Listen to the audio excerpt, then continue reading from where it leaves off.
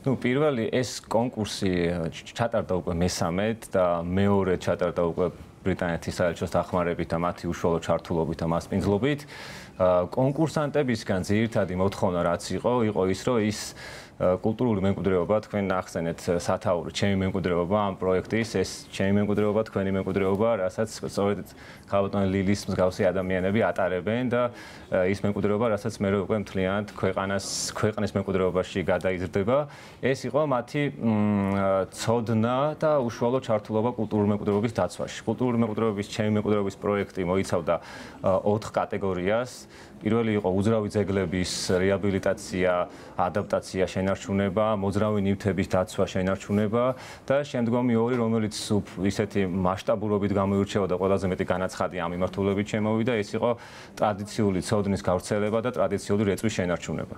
ანუ ეს მამაპაპისეული ცოდნა სხვადასხვა ხელსაქმე, სხვადასხვა ნივთების რეაბილიტაცია, ის ნივთები, რომლებიც მათ გადმოეცათ, ან ის ცოდნა, რომელიც მათ გადმოეცათ და იმ ცოდნის თვითონ მატარებლები და გამსხვრებლები არიან, ამის წარმოჩენა, ამის დასაბუთება უნდა მოიხდინათ და შემდგომში უკვე გამოეგზავნათ კონკურსის პირობების ფარგლებში პროექტები, რომელიც მე უკვე პროფესიონალმა დამოუკიდებელმა ჟიურის წევრებმა შეარჩიეს და გამოავლინეს სხვადასხვა 12 გამარჯვებული უნდა ყოფილიყო და საბოლოოდ 24 გამარჯვებული გამოვლინდა 60 კონკურსიდან, 60 კონკურსანტიდან. კი.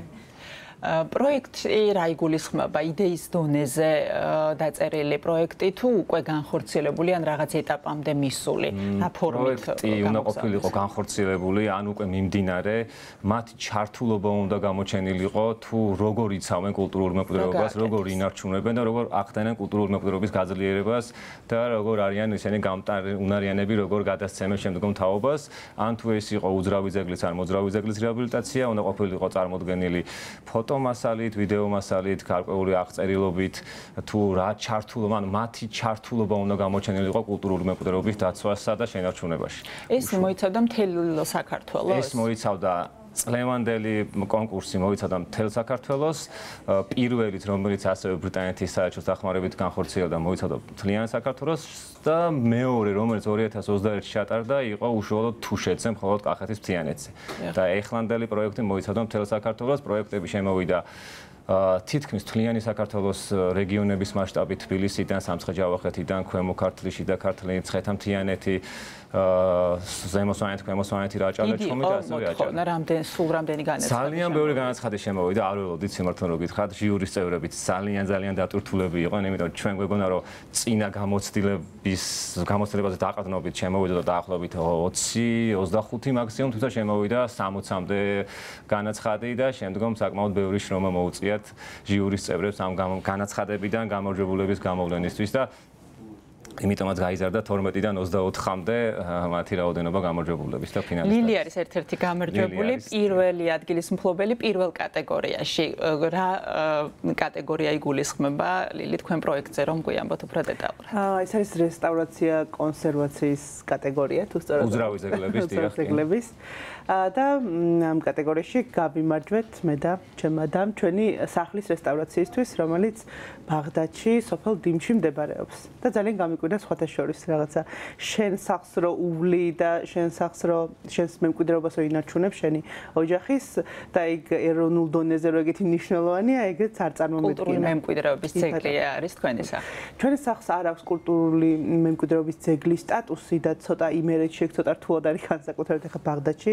პრინციპში არც ვიცი რომელიმე სახს აქვს თუ არა, იმიტომ რომ ძალიან ცოტა არის შემორჩენილი ხის სახლები და ხისოდები, თუ არ ჩავთვით ახ სოფელ ხანს, სადაც დღემდე ძალიან ბევრი ხის სახლია და ასევე ის რომ ამის რესტავრაცია დაეწყოთ, ძირითადად არის ხოლმე რომ აი სადამდეც არის ხოლმე და ამიტომაც განსაკუთრებით მიხარია და მადლიერი ვარ რომ იმერეთიც მოექცა ამ კატეგორიაში, იმიტომ რომ ძირითადად მესმის ხოლმე რომ აი სვანეთში, ხევსურეთში და ეს ადგილებში ეგ ვიცით ხოლმე კულტურულ მემკვიდრეობად და რატომღაც ეს ოდები რომლებიც 100-200 წლის წინ არის აშენებული, ნაკლებად გონია რომ კულტურული მემკვიდრეობაა. რა იყო მიზანი თქვენი ამ რესტავრაციის? პირადი მიზნები გქონდათ, რადგან სახლი იყო თუ რაიმე სხვა გეგმებიც გაქვთ ამასთან დაკავშირებით? ჩვენ მიზანი განისაზღვრა სადღაც 4-5 წლის რო ვიყავი და ჩემი და რამდენიმე წით არის ჩემზე უფროსი, ჩვენ 4-დანი ვართ და მე და ჩემი და რომელიც ძირითადად ერთად გავიზარდეთ, მახსოვს ბავშვობაში თავს მივადებდით ხოლმე ერთმანეთს და ვამბობდით, რომ აქ იმას აღვადგეთ, აქ იმას გავაკეთებთ და ეხლა რო გონიათ რომ რაღაცა ცოტა ტრენდია და მაგიტო გააკეთეთ, არა, ეგ ჩვენი ბავშვობის ოცნება იყო.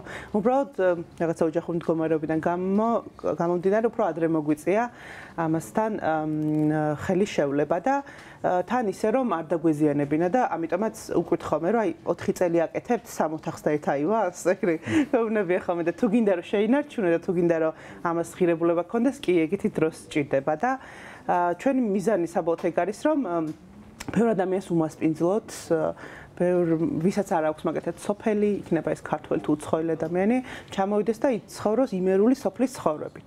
არა ისე რომ სტურად დარჩეს და დილით გაიგოს და წავიდეს, არა, ვენახშიც იმუშაოს ჩვენთან ერთად. რაღაცა ტურისტული ატრაქცია უნდა სამეზობლოს ნადშიც მიიღოს მონაწილეობა, როგორც ჩემ ბავშვობაში მახსოვს რომ მეზობლები ერთმანეთს ვეხმარებოდით და იქნებოდა ეს მშობიარი ქალი თუ მოხუცი მარტო არჩებოდა მოსავლის აღებასთან თუ მოვლასთან და აი ყველაფერი რაც სოფელში გამივლია, მინდა რომ სხვა ადამიანებიც გაიაროს და ეგ ურთიერთობებიც მათ შორის. თქვენ ქალების გაძლიერებაზე მუშაობთ საკმაოდ აქტიურად ამ მიმართულებითაც ხომ არ გეგმავთ თქვენი კერის ესე დავარქვევ გამოყენებას? კი, მაგას ყოველთვის აღნიშნავ ხოლმე და სახელიც ნინა სოული რო ქვია, ესეც უკვე პატარა ის არის ხოლმე. შეწინააღმდეგება რაღაც სტერეოტიპებთან, იმიტომ რომ ძირითადად ეს სოულის უკაცის ახას მოყვებოდა რა, რაღაცა ალექსანდრე სოული ერქვა ჩვენს მიწას და იმედია ბაბუაჩემი არ მიწყეს რომ ჩამოვართვი და მის მეუღლეს გადავეცი ეს სახელი. თუმცა ალექსანდრე სახელიც ბევრ რაღაცას ქვია. და ქალების გაძლიერებას რაც შეეხება, მე ძალიან ისე მტკიცედ ჯერა რომ ქალის ოჯახის გაძლიერება თუ გვინდა პირველ რიგში ქალი უნდა გავაძლიეროთ, იმიტომ რომ ჩვენს უბანშიც მათ შორის ოჯახების უმრავლესობიდან ქალი არის ემიგრაციაში. და ეს ოჯახების დაშლას და ძალიან ბევრ პრობლემას წარმოშობს, მათ შორის ბავშვებისთვისაც და ამიტომაც მგონია რომ ყველა ქალს ჩემს სოფელში და არა მხოლოდ ჩემს სახლში უნდა იგულებოდეს საკუთარი ოთახი, სადაც მოვა, მიიღებს განათლებას, რაღაცა შექმნის, დაწერს და გააცნობებს თავის ცოდნას და უნარებს. თავად თქვენი ხელით გააკეთეთ რიგი სამუშაოები თუ რა დოზით იყავით ჩართული? რამდენად მნიშვნელოვანი იყო აი ამ პროცესში თქვენი თანამონაწილეობა? ფიზიკურად ძალიან ვიყავით ჩართული, არის რაღაც დეტალები, მაგათაც სახურავის გადახურვა იმ ხელა სახლია რომ ფიზიკურად ჯერ მაგამდე ვერ მივიდოდით. არის რაღაცები, რაზეც გიღის რომ თუნდაც რაღაც თანხა გამოიმუშაო შენი ხელფასი და მისცე პროფესიონალებს და არის რაღაცები, რასაც ესე პროფესიონალის ხელი სჭირდება.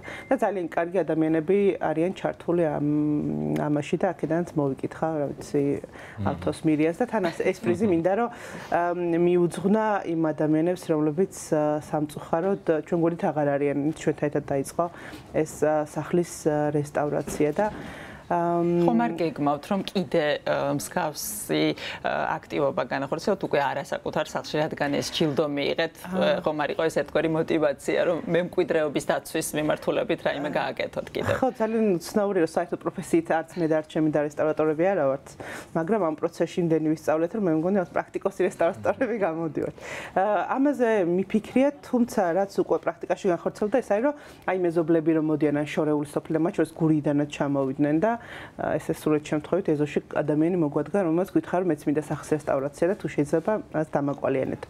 და ისე დავაკვალიანე რომ გადაიფიქრა, იმიტომ რომ მიხდა რომ ყველა დროსთან და რესურსებთან არის დაკავშირებული და ფიქრობთ რომ კი შეგვიძლია მაგასაც შევეჭიროთ, არც თუნდაც კონსულტაციებისთვის, რომელსაც ყოველთვის მზად ვართ რომ დავეხმაროთ ადამიანებს და მუდმივად უამრავი კითხვა შემომდის ხოლმე Facebook-ი იქნება, Instagram-ი თუ TikTok-ი, ჩემი ჩათის სულს რა წაუსვით, მიუხედავად იმისა რომ სულ ლაპარაკობ მაგაზე რა წაუსვით, როგორ დავამუშავეთ და მაგას ყოველთვის ესე უფასოდ გავცემთ ხოლმე, რაც მგონია რომ ამ ამბის გაგრძელებაც არის.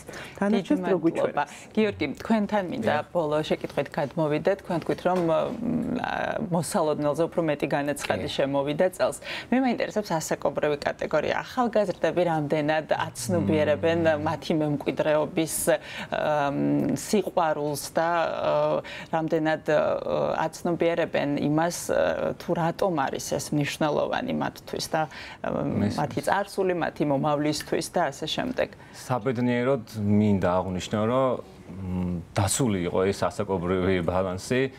პრინციპში შემიძლია თქვა, რომ საკმაოდ ბევრი ახალგაზრდა იყო ჩართული ამ პროექტში, განსაკუთრებით ტრადიციული რეწვის და ტრადიციული ცოდნის გავრცელების მიმართულებით, სხვადასხვა ხელსაქმე, კერამიკის ნაკეთობები, თექაზე მუშაობა, ოქრომკედით ქსოვა, ზეპირსიტყვიერების ერთ-ერთი გამარჯვებული იყო სწორედ ხევსურეთში წლების განმავლობაში ამ ცოდნებს, ამ ხალხს ეკითხება, ცოდნას იწერს, სიუჟეტებს ამზადებს სხვადასხვა ტრადიციულ ცოდნაზე, ანდრეზებზე, თქმულებებზე და საკმაოდ ბევრი ახალგაზრდა იყო ჩართული და ჩვენ ძალიან გახარებულები ვიყავით და საბედნიეროდ გარდა ბრიტანეთის საელჩოსთან, რომელიც დაგვეხმარა როგორც ხარდარ ფინანსურად, ასევე როგორც ჩვენი მეგობარი ცერემონიის მთავარი მასპინძელი იყო, დაგვეხმარა რამოდენიმე კერძო ბიზნესიც, ადამიანიც, იათაბაგარის ფონდი, კამარა და ტრადიციული რეწვის ასოციაცია, რომელმაც ცალკე ფულადი პრიზები გამოყენეს და მათი დახმარებით მოხდა შემდგომში უკვე ჟიურის გაუმარტივეთ არჩევანის გაკეთება 12-დან 24-მდე, იმიტომ რომ რაღაც ბიუჯეტი გაიზარდა მათი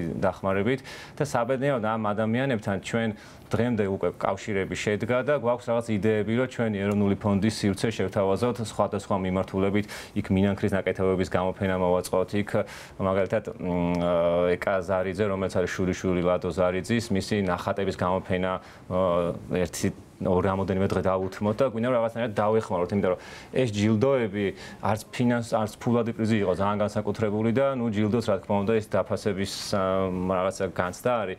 იდეაში ჩვენ გვინდოდა რომ დავხმარებოდით ლილის მსგავს ადამიანებს და იმ ადამიანებს, რომლებიც ეხლა დღესაც რუსთავოზე რო გავალთ, ჩვენ გარშემო ბევრია, ვინც რაღაც გარკვეულ ცოდნას ფლობს და ჩვენ ეს არ ვიცით და ეს ხალხი თავისთვის დიმში, ზემო სვანეთში, ჯავახეთში, დადეში მაგალითად უსაყვარლეს ქალბატონი იყო, ამ ცოდნას ატარებენ და ყოველგვარი რაღაც მოლოდინის გარეშე ამას აკეთებენ და გვინდა რომ აი ამის სტიმული მივცეთ, რომ აი ჩვენი მემკვიდრეობის დაცვა გააგრძელონ და შეინარჩუნონ და ქალბატონი ლილის პროექტი იყო ასევე გამორჩეული, იმიტომ რომ მას სწორედ ეს საგანმანათლებლო კერა შექმნეს, არა მარტო რეაბილიტაცია მოახდინეს იმ შენობებს, არამედ მას ახალი სული და სიცოცხლე შეესწინეს.